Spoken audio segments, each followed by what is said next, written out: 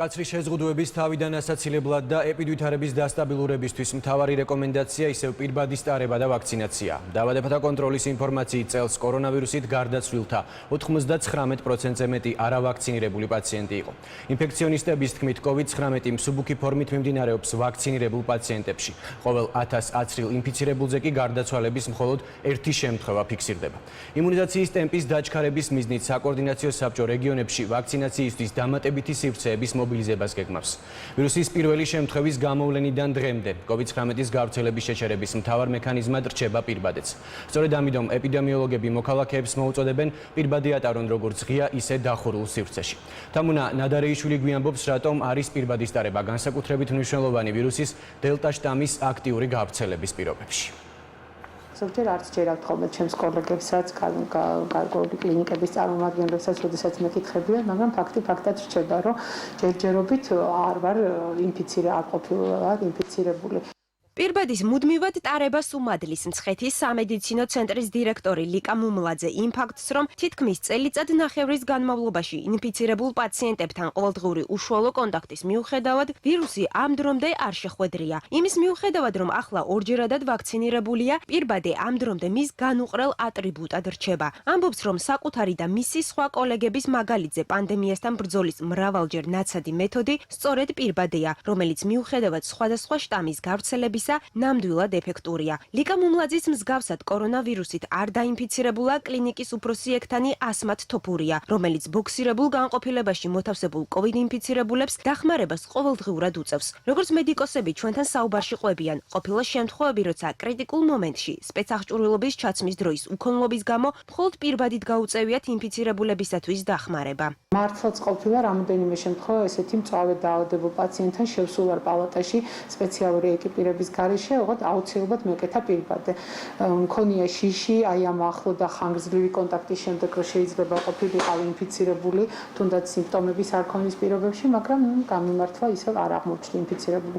ამას ყოველთვის ვუმადლი პირბადეს და იმ ნორმების დაცვას, რასაც გვთავაზობს მსოფლიო ჯანდაცვის ორგანიზაცია. პირადი პრაქტიკიდან გეტყვით, რომ წელიწად ნახევრის განმავლობაში დანამდვილებით შემიძლია ვთქვა, რომ პირბადე იცავს. და საკმაოდ კარგი შედეგი აქვს, ვინაიდან ამ პერიოდში, რაც COVID არსებობს, მუდმივი შეხება მაქვს COVID ინფიცირებულ პაციენტებთან, რა თქმა უნდა, დისტანციის დაცვით და პირბადით, მხოლოდ ეს არის ის პრაქტიკა, რამაც დღემდე არ დაადასტურა ჩემი COVID ინფიცირება.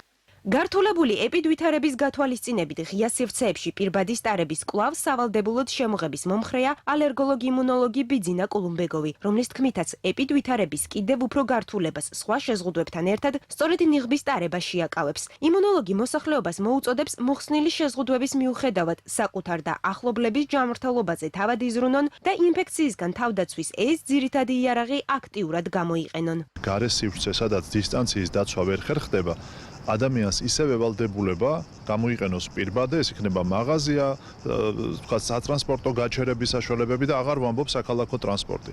შესაბამისად, ნებისმიერი ესეთი დისტანციის პოტენციური დარღვევის წინ ადამიანმა მოიხსნას და გაიკეთოს ერთი და იგივე პირბადე არის შეცდომა, თორე ის უფრო ბინძურდება და უფრო მეტი წყარო შეიძლება გახდეს ხელიდან დაბინძურებული პირბადე.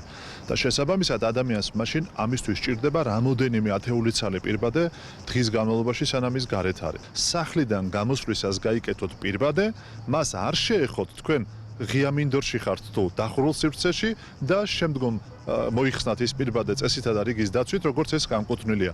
პირბადესთან ერთად პანდემიასთან ბრძოლის კიდევ ერთი მძლავრი იარაღი ვაქცინაციაა, რომლის პროცესი ქვეყანაში დღითი დღე აქტიურდება. ბოლო დღეღამეში იმუნიზაციის პროცესში 16,000-ზე მეტი პირი ჩაერთო. საკუთარი სოციალური პასუხისმგებლობის გამოსახატად და აცრების პოპულარიზაციის მიზნით აცრის პროცესში დღეს მორაგბეები და საქართველოს რკინიგზის თანამშრომლებიც ჩაერთვნენ. მოვიზიეთ ჩვენი თანამშრომლები, რომელთაც სურდათ ვაქცინის გაკეთება, დავარეგისტრირეთ ერთ კონკრეტულ ლოკაციაზე, მასობრივი ვაქცინაციის ცენტრში და დღეს მიმდინარეობს ვაქცინაციის პროცესი.